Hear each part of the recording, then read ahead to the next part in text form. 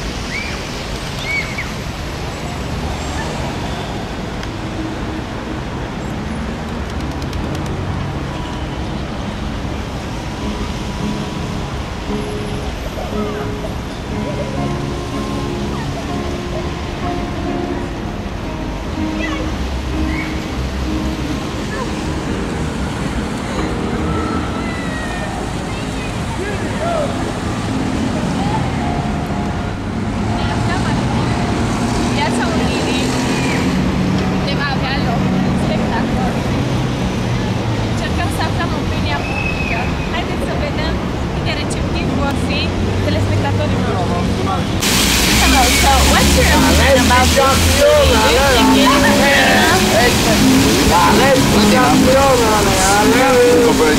Other city is better. Many better than Okay, I was there. So. Okay, how about the trees and the green space in the center especially? In the center, there is not so much park here. You go outside, you go budget. Okay, thank you very much. Bună ziua! Care este părerea dumneavoastră despre Cluj din punct de vedere ecologic? Bună ziua! Clujul este un oraș frumos, în special centrul este îngrijit și aranjat, însă la periferie, în special în lacul Tarnița, în Someș, sunt multe gunoaie și foarte multe defrișări. Vă mulțumesc frumos! Bună ziua! Bine v-am regăsit! Ne aflăm acum la una dintre piscinele strandului olimpic din Cluj-Napoca. Haideți să aflăm încă o opinie publică în ceea ce privește acest oraș. Bună ziua! Ce părere aveți despre orașul Cluj-Napoca din punct de vedere ecologic? Orașul Cluj-Napoca este un oraș foarte curat, frumos, îngrijit, dar avem o mare, mai ales în centru, dar avem o mare problemă cu periferiile.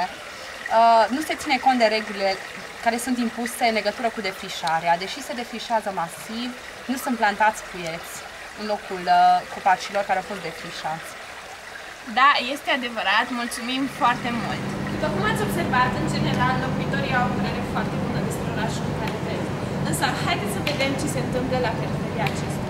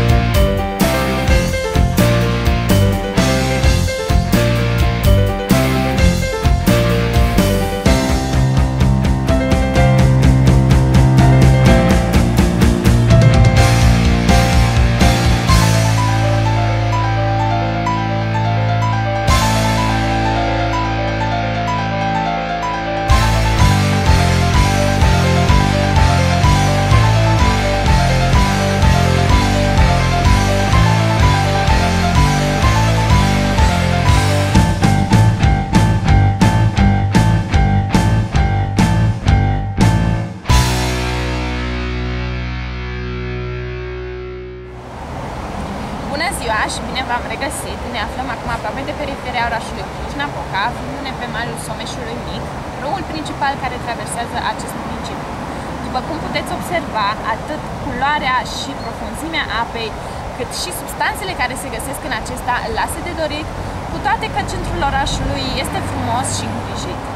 Deasupra Someșului plutesc o grămadă de gunoaie, deoarece unii localnici folosesc acest râu pe post de colector de deșeuri, aruncând în el atât diferite resturi, cât și substanțe toxice precum benzină, detergent sau ulei de mașină.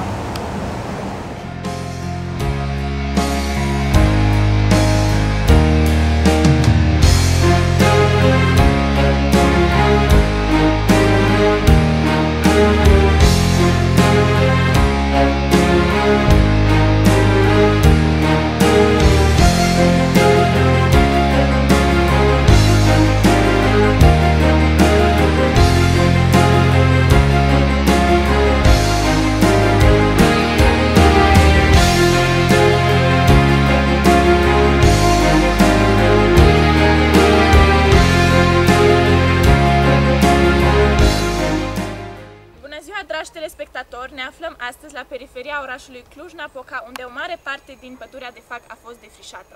Cauza acestui fapt o vom discuta astăzi cu deținătorul acestui teren, domnul Pablo Garcia. Ne aflăm acum cu proprietarul terenului. Domnule Garcia, care a fost cauza defrișării acestei păduri? Inițial am vrut să construim un complex imobiliar pe 1 hectar de pământ. Când a fost început acest proiect? În primăvara anului 2008. Suntem în anul 2011, ceea ce înseamnă că au trecut 3 ani de la implementarea proiectului. O pădure întreagă a fost defrișată și nicio casă nu a fost construită. Cum explicați toate aceste lucruri? Motivul este simplu. Criza financiară a rezultat la lipsa banilor. Ce veți face în continuare?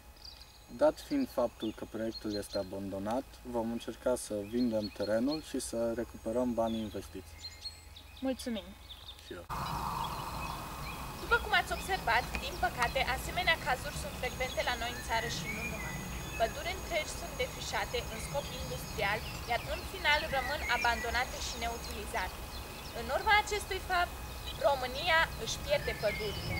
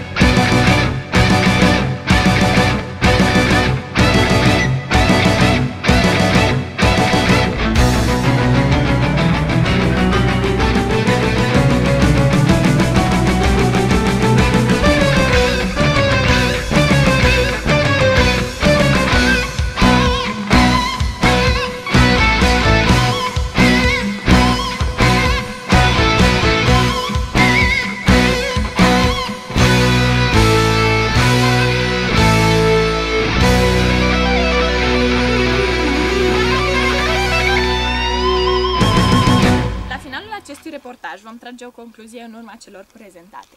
Locuitorii orașului Cluj-Napoca sunt extrem de atenți în ceea ce privește curățenia centrului orașului, însă neglijează aproape în totalitate problemele ecologice existente la periferia acestuia. Este timpul să tragem un semnal de alarmă și să aducem la cunoștință despre pădurile defrișate, râurile poluate, dar mai ales gunoaiele aruncate în masă peste tot. Mulțumim pentru atenție!